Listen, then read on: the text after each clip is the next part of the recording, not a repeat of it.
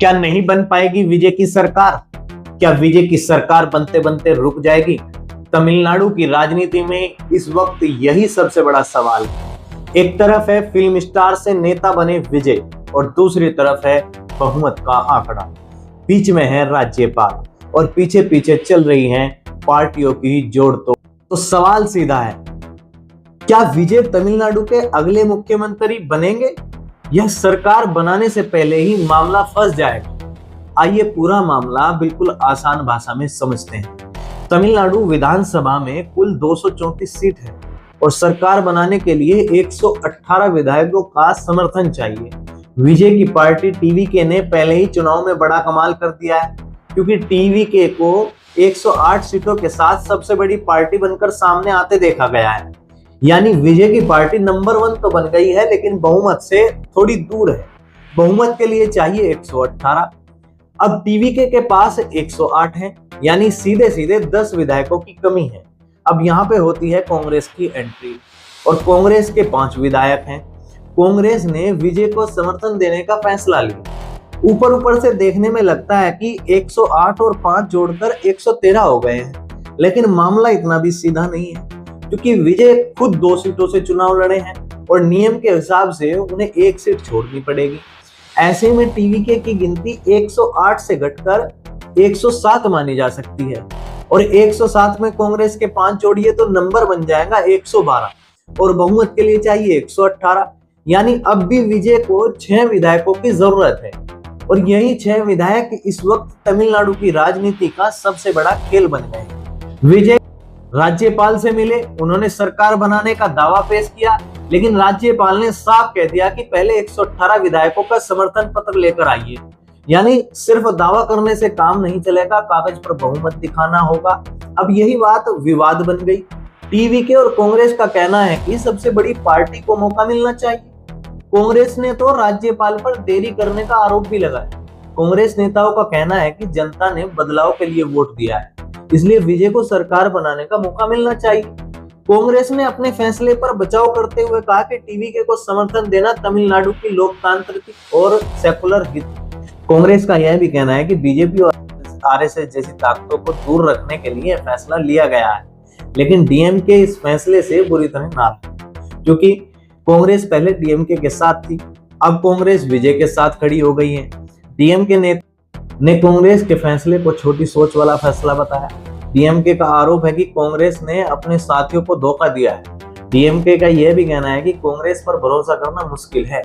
यानी तमिलनाडु में सिर्फ सरकार बनाने की लड़ाई नहीं चल रही है, यहाँ पुराने गठबंधन भी टूटते दिख रहे हैं और इसका असर अब जमीन पर भी दिखने लगा है। कुछ जगह कांग्रेस नेताओं ने पुराने पद छोड़ने शुरू कर दिए हैं, कुछ जगह डीएमके कांग्रेस नेताओं के खिलाफ कदम उठाने का विचार कर रही है। यानी कांग्रेस और डीएमके की दूरी अब सिर्फ बयानबाजी तक नहीं रही है, यह दूरी अब स्थानीय राजनीति तक पहुंच रही है। अब एडीएमके की तरफ देखिए। एआईएडीएमके भी इस पूरे खेल में चुप नहीं बैठी है। एडीएमके नेता पलानीस्वामी ने अपने विधायकों के साथ बैठक की। एडीएमके के नेता कह रहे हैं कि कांग्रेस के 5 विधायक जोड़ने से टीवीके की सरकार नहीं बन जाती। उनका सीधा सवाल है, बाकी विधायक कहाँ हैं? यानी एडीएमके भी विजय के दावों पर सवाल उठा रही है। अब इस बीच एक और बड़ी चर्चा मीडिया रिपोर्ट्स में सामने आई। रिपोर्ट्स में कहा गया कि डीएमके और एडीएमके मिलकर सरकार बनाने का रास्ता तलाश रहे हैं, लेकिन यह रास्ता भी आसान नहीं है, क्योंकि डीएमके की तरफ से साफ संकेत दिया गया है कि एडीएमके अगर बीजेपी या एनडीए के साथ बनी रहती है तो डीएमके उनके साथ नहीं जा सकती। डीएमके सूत्रों के हवाले से रिपोर्ट में कहा गया है कि एडीएमके पहले बीजेपी नेताओं का से नाता तोड़ना पड़ेगा, क्योंकि डीएमके खुद को सेकुलर राजनीति वाली पार्टी बताती है। यानी डीएमके और एडीएमके के साथ आने की चर्चा तो चली, लेकिन इसमें पुरानी दुश्मनी, बीजेपी का सवाल और जनता की नाराजगी, तीनों बड़े पेंच बने हुए। अब चर्चा यह भी चल रही है कि क्या टीवीके छोटे दलों से बात करेगी, क्या निर्दलीय विधायक साथ आएंगे, क्या एडीएमके के कुछ विधायक समर्थन देंगे, या क्या कोई नई सियासी डील सामने आएगी। फिलहाल रास्ता खुला है, लेकिन रास्ता आसान नहीं है।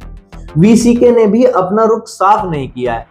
लेफ्ट पार्टियां और आईयूएमएल फिलहाल डीएमके के साथ बने रहने की बात कर रही हैं। ऐसे में विजय के लिए 6 विधायकों का इंतजाम करना सबसे बड़ी चुनौती बन गया है।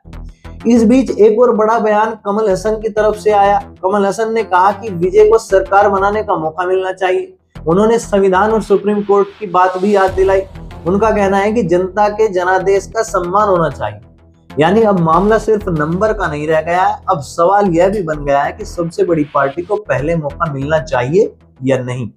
कुछ लोगों का कहना है कि राज्यपाल सही कर रहे हैं, क्योंकि बिना बहुमत के किसी को सरकार बनाने के लिए बुलाना ठीक नहीं। लेकिन कुछ लोगों का यह भी कहना है कि विधानसभा में बहुमत साबित करने का मौका दिया जाना चाहिए, यानी असली फैसला फ्लोर टेस्ट में होना चाहिए। अब यही तमिलनाडु की राजनीति का सबसे बड़ा पेंच है। राज्यपाल कह रहे हैं पहले 118 विधायकों का समर्थन दिखाइए। टीवी को और उसके समर्थक कह रहे हैं पहले सरकार बनाने का मौका दीजिए, फिर विधानसभा में बहुमत साबित कर देंगे। अब आने वाले कुछ दिन बहुत ही अहम है। अगर विजय 118 विधायकों का समर्थन पत्र दिखा देते हैं तो राज्यपाल उन्हें सरकार बनाने के लिए बुला सकते हैं, फिर शपथ ग्रहण का रास्ता साफ हो सकता है। लेकिन अगर विजय नंबर नहीं दिखा पाए तो तमिलनाडु की राजनीति में नया मोड़ आ सकता है।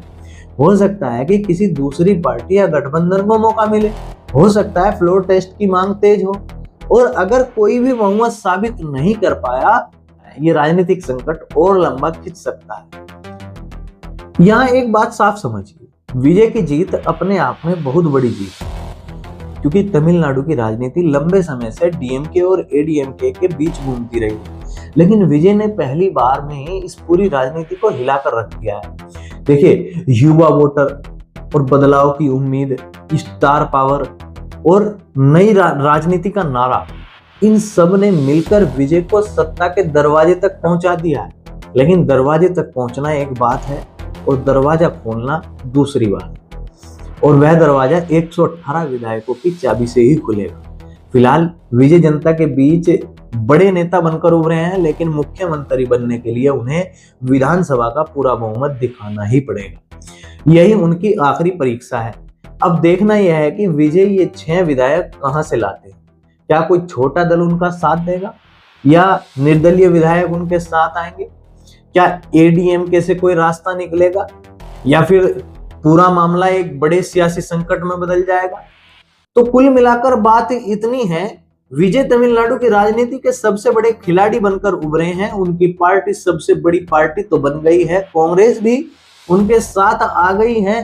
कमल हसन जैसे नेता उन्हें मौका देने की बात कर रहे हैं, लेकिन राज्यपाल अभी 118 विधायकों का पक्का समर्थन मांग रहे हैं, और यही वजह है कि विजय की सरकार अभी बनते बनते अटकी हुई है। अब फैसला नंबर करेंगे, दावे नहीं, बयान नहीं, भीड़ नहीं, स्टार पावर नहीं, सिर्फ 118 विधायक। अगर विजय 118 विधायकों का आंकड़ा दिखा देते हैं तो तमिलनाडु में नया राजनीतिक अध्याय शुरू हो सकता है, और अगर नहीं दिखा पाए तो यह जीत सरकार बनने से पहले ही सियासी उलझन में फंस सकती है। आपकी नजर में क्या विजय को सरकार बनाने का मौका मिलना चाहिए या राज्यपाल का 118 विधायकों के हस्ताक्षर मांगना सही फैसला है? अपनी राय कमेंट में जरूर बताइए। मैं हूं हकीकत मलिक, आप देख रहे हैं सचरामन न्यूज़।